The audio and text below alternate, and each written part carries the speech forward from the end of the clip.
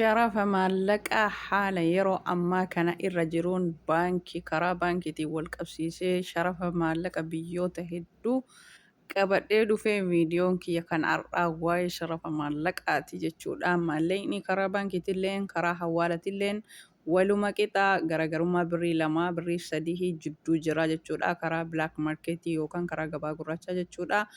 Egaa assalaamu alaikum warahmatullahi wabarakatuh. Kabajamtoota fi jaalatamtoota daawwattoota hordoftoota kiyyaa hundi keessanuu baga jiraattanii kan alaa kan biyya keessa xiqqaa guddaa amantii kutaa ganda hundummaa keessanuu baga jiraattan isiniin jedha maay faamilii. Egaa hordoftoota kiyya garanumaan kallattimaan gara sharafa hawaalaa yookaan karaa hawaalatiin yookaan karaa baankiitiin jechuudha kan har'aan irraa dubbadhu. Garaagarummaa birrii lamaa yookaan birrii sadii guyyaa guyyaan jijjiirama karaa bilaak maarkeetiitiin maallaqni bakka tokko hin taa'u kanaafuu gad dhaabbataa hin qabu jechuudha. Garaagarummaa birrii lamaa birrii sadii qofaan garaagarummaa baankiitiin garaagarummaa qaba jechuudha. Egaa nama kallattiinumaan viidiyoo jalqaba irraa hanga xumuraa nafaana tura isiniin jedha. Tokkoffaa Ameerikaa kana doolaar Ameerikaa tokko birrii Itoophiyaatti yoo sharafame birrii 100 fi birrii 60 birrii 60 saantiima 60 birrii tuqaa saantiima 81 jira jechuudha guyyaa har'aa Juulaay 13 jechuudha guyyaa har'aa kana jechuudha. Akkasuma riyaalli Suudii tokko karaa Itoophiyaa birrii Itoophiyaatti yeroo sharafamu birrii 42 tuqaa saantiima 84 oolee jira jechuudha guyyaa har'aa. Akkasuma kan itti aanu immoo dirham Dubaay tokko jechuudha. Dirham Dubaay tokko birrii Itoophiyaatti yeroo sharafamu guyyaa har'aa kana birrii 43 fi tuqaa saantiima 78 oolee jira jechuudha guyyaa har'aa kana jechuudha. Akkasuma diinaarri Kuweetii tokko birrii Itoophiyaa titti yeroo sharafamu birrii 500 fi birrii 19 fi tuqaa saantiima 38 oolee jira jechuudha guyyaa har'aa kana jechuudha. Akkasuma diinaar Joordaan tokko immoo karaa Itoophiyaatti karaa birrii Itoophiyaatti yeroo sharafamu birrii 22 fi birrii 200 fi birrii 26 fi tuqaa saantiima 81 oolee jira jechuudha guyyaa har'aa kana jechuudha. Akkasuma kan itti aanu immoo Qaxar riyaalli tokko birrii Itoophiyaatti yeroo manazaramu birrii 44 fi tuqaa saantiima 18 sharafamee jechuudha guyyaa har'aa kana jechuudha Juulaay 13. Eegas kan itti aanu immoo ruubiin tokko birrii Itoophiyaatti yeroo sharafamu birrii 2 tuqaa saantiima 90 sharafama jechuudha guyyaa har'aa kana jechuudha. Guyyaa guyyaan gadi isinii dhiisa jechuudha odeeffannoo maallaqa sharafaa jechuudha. Ijipti paawundiin tokko birrii Itoophiyaatti yeroo sharafamu birrii 3 tuqaa saantiima 2 oolee jira jechuudha guyyaa har'aa kana. Akkasuma biyya Turkii tokko birrii Itoophiyaatti yeroo sharafamu Turkii tokko jechuudha. Yeroo birrii Itoophiyaatti sharafamu birrii 3 fi tuqaa saantiima 42 oolee jira jechuudha guyyaa har'aa kana jechuudha. Akkasuma Oomaan riyaalii tokko immoo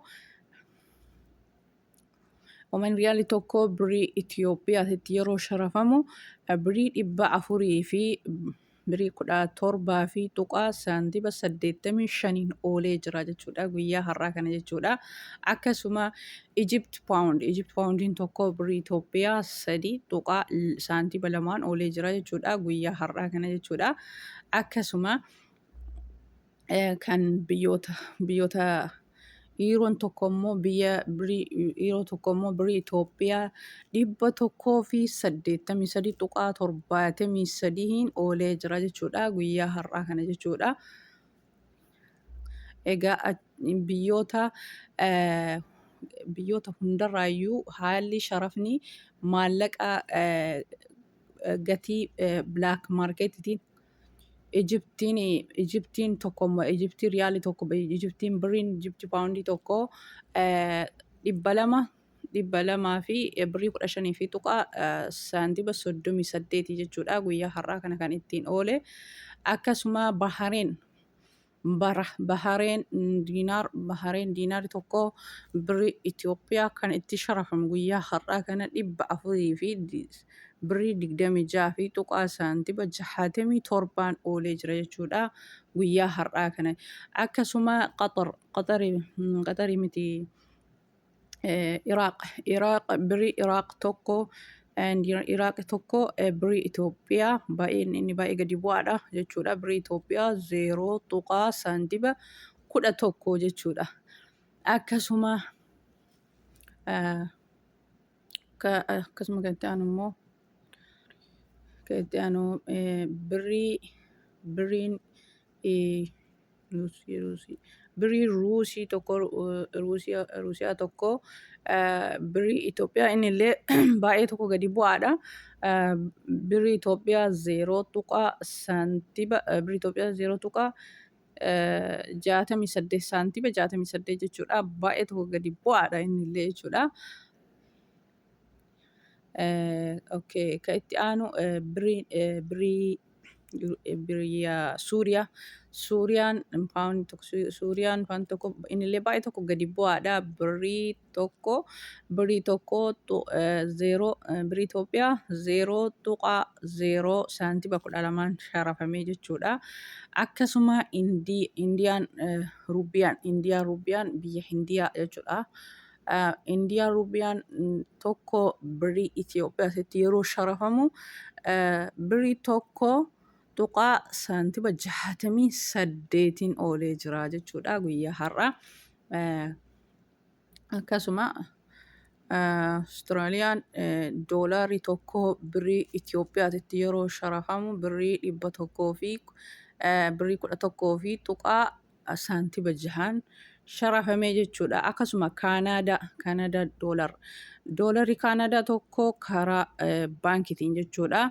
Karaa baankiitiin doolaarri Kaanaadaa tokko birrii 100 fi birrii 13 fi tuqaa 73 oolee jira jechuudha guyyaa har'aa. Akkasuma Chaayinaa firankii tokko birrii Itoophiyaatti yommuu sharafamu guyyaa har'aa Juulaayii 13 jechuudha. Birrii 100 fi 98 tuqaa saantiba 86 oolee jira jechuudha. Guyyaa har'aa Juulaayii 13 bara 2026 kana fakkaata. Haalli maallaqa sharafaa ani isiniif qabadhe jechuudha. Kan guyyaa har'aa karaa baankiitiin sharafamu kana kan guyyaa guyyaan odeeffannoo yoo isinitti tole laayikii gochuun akkasuma warri haaraa sabskiraabii gochuun koomentii yaada keessan barreessaa itti isiniif fufaa jechuudha. Garaagarummaan hawaalaan yeroo ammaa kana al tokko 42 jirti yookaan bilaak maarkeetii jechuudha. Al tokko immoo fakkeenyaaf an Suudii jira.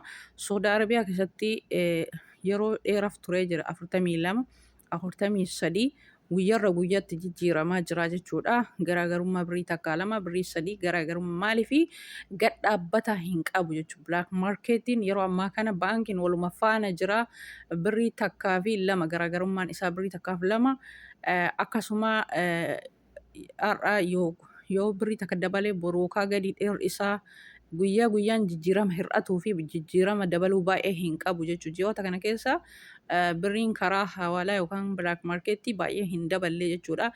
Duraan birriin baankii baay'ee tokko gadi bu'aadha. Amma immoo bareeda jira jechuudha. Waluma faana jira birriin baankiitii fi birriin karaa hawaalaa waluma faana jira.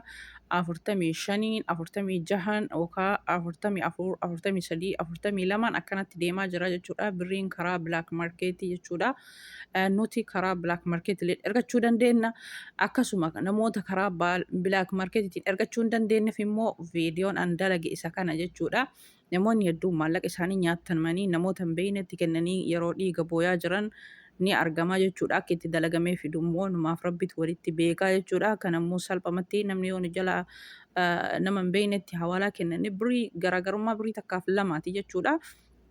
Nuti hawaalaan ergachuu dandeenya. Birrii hawaalaan ergachuu dandeenya. Baankiilleen ergachuu dandeenya. Waluma faana jirti jechuudha. Birriin homaa garaagarummaa baay'ee takka hin qabu jechuudha. Duraan birriin baankii baay'ee tokko gadi bu'aadha. Amma immoo waluma faana jira jechuudha. Durammoo kan gimmaashni birriin baankii gimmaashaa birriin hawaalaa immoo qixxee dabiliidha jechuudha. Amma immoo baay'ee tokko gadi bu'aadha. Of duratti yoo dabale immoo nuti maallaqa keenya hawaalalleen argachuu dandeenya, baankileen argachuu dandeenya jechuudha. Keessumaafuu namoonni nama hawaalaa irratti ergatu hin qabne karaa baankiitiin yoo ergate maallaqa isaa hin cinqamu, hin yaadda'u, hirriba nagaa rafee bulaa jechuudha. Yeroo nama hin beekne kennatti immoo hirribni nama hin qabu haga maallaqni sun biyya namaa gahutti akkasuma immoo birriin karaa hawaalatiin yookaan hin tura yookaan immoo birriin hin jiru jedhamaa jira jechuudha. Yeroo ammaa gisee garii birriin baankii hin jiru jedhanii tursiisanii jechuudha. Kanaaf hirriba nagaa rafanii buluuf immoo karaa baankiitiin ergachuudha jechuudha. Yoo hawaalaan dabale immoo karaa hawaalatiin ergannaa. Yoo hawaalaan baankiimaan wal qixa ta'e immoo karaa baankiitiin ergannaa jechuudha. Kana fakkaata haalli sharafa maallaqaa biyyoota muraasaadhaan isinii qabadhee dhufe. Itti fayyadama warroonni keessumaa hawaalaa nama itti ergattan hin qabne warroonni akkasuma madaamin isin didduu hawaalaa eenyutti ergita namatti maa ergita jettee nama shakkitu takka takka ni jirti jechuudha. Ergachuu dandeettanii yeroo ammaa kana karaa baankiitiin 42 irra jira jechuudha. Riyaalli Suudii tokko karaa baankiitiin 40